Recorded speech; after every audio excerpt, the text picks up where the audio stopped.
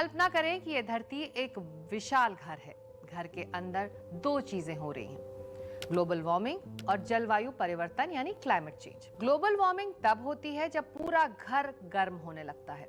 जलवायु परिवर्तन तब जब घर के अलग अलग कमरे बदलना शुरू होते हैं। एक कमरा गर्म हो जाता है, दूसरे में ज्यादा बारिश होती है और तीसरा और ज्यादा ठंडा हो जाता है। तो दुनिया के अलग अलग हिस्सों में मौसम में एक लंबे समय में, कहें तो 30 या 40 साल में होने वाले बदलाव को जलवायु परिवर्तन कहते हैं। यही वो अहम नुक्ता है। जलवायु परिवर्तन कुदरती तौर पर होता है, वाकई एक काफी लंबे समय में, लेकिन अब हम बड़ी तेजी से जलवायु परिवर्तन होता देख रहे हैं और वैज्ञानिकों का मानना है कि इसकी रफ्तार आने वाले दिनों में और तेज होने वाली है।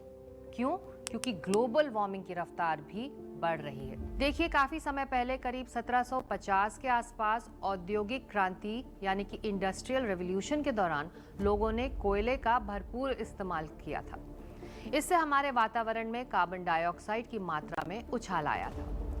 50 के दशक में दूसरे विश्व युद्ध के बाद जब हम वाकई ज्यादा गाड़ियां और कार का इस्तेमाल करने लगे तो कार्बन डाइऑक्साइड के स्तर में और बढ़ोतरी हुई। इतिहास में ये दो मोड़ हैं जब जलवायु संकट एक अर्थ में शुरू हो गया था।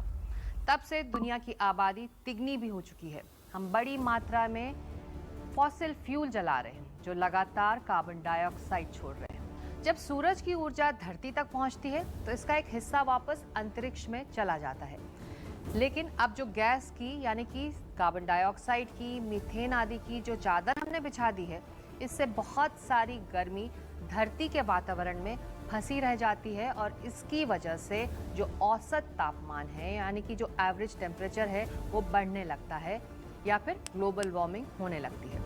इसे ग्रीन हाउस प्रभाव या ग्रीन हाउस इफेक्ट भी कहा जा सकता है, लेकिन हम ये भी समझ लें यहाँ पर कि ये ग्रीन हाउस इफेक्ट प्राकृतिक तौर पर भी होता है। कार्बन डाइऑक्साइड और दूसरी ग्रीन हाउस गैसों की बढ़ने की वजह से औद्योगिक युग से पहले के मुकाबले औसत ग्लोबल जो तापमान था वो कम से कम 1.1 डिग्री बढ़ गया है। अब मसलन आर्कटिक को लीजिए, उत्तरी ध्रुव के पास एक बर्फीला इलाका। चूंकि धरती औसत से ज्यादा रफ्तार से गर्म हो रही है तो यहाँ बर्फ पिघलनी भी शुरू हो गई है। पिघली हुई बर्फ काली पड़ जाती है और कहीं और ज्यादा ताप सोखने लगती है, जिसकी वजह से ये और तेजी से पिघल रही है। आपको पता है कि अगर आप तीखी गर्मियों में काले कपड़े पहनते हैं तो आपको कितनी गर्मी लगती है। यहाँ भी कुछ उसी तरह से हो रहा है। पिघलती हुई बर्फ की वजह से समुद्रों में पानी भी बढ़ जाता है, यानी इसकी वजह से समुद्रों में और ज्यादा पानी आ जाता है और जल स्तर यानी कि जो वाटर लेवल्स हैं वो बढ़ने लगते हैं। वैज्ञानिक कहते हैं कि 1880 के बाद समुद्र का जल स्तर औसतन 8 इंच तक बढ़ा है और इसमें 3 इंच की बढ़ोतरी तो बीते 25 सालों में हुई है। इसका असर हम पूर्वी भारत के सुंदरबंस में देख सकते हैं। इंडोनेशिया में लोग राजधानी को जकार्ता से दूर ले जा रहे हैं क्योंकि ये डूब रही है। पानी बरसने का पैटर्न बदल रहा है। असमय बारिश और ज्यादा सूखा, ज्यादा तबाही वाले अचानक आ रहे बाढ़, चक्रवात, तूफान सब प्राकृतिक तौर पर हो रहे हैं, लेकिन और ज्यादा बदतर रूप में।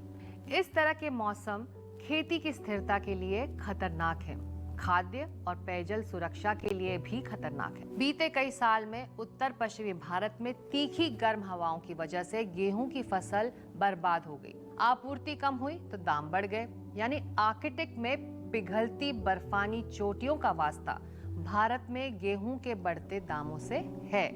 ये बहुत दूर की कौड़ी नहीं है। दुनिया भर के देशों ने एक समझौता भी किया है, पेरिस समझौता, कि तापमान को 1.5 डिग्री की बढ़ोतरी तक ही रोका जा सके। क्या इसका मतलब ये है कि बदतर हालात का आना टाला जा सकता है?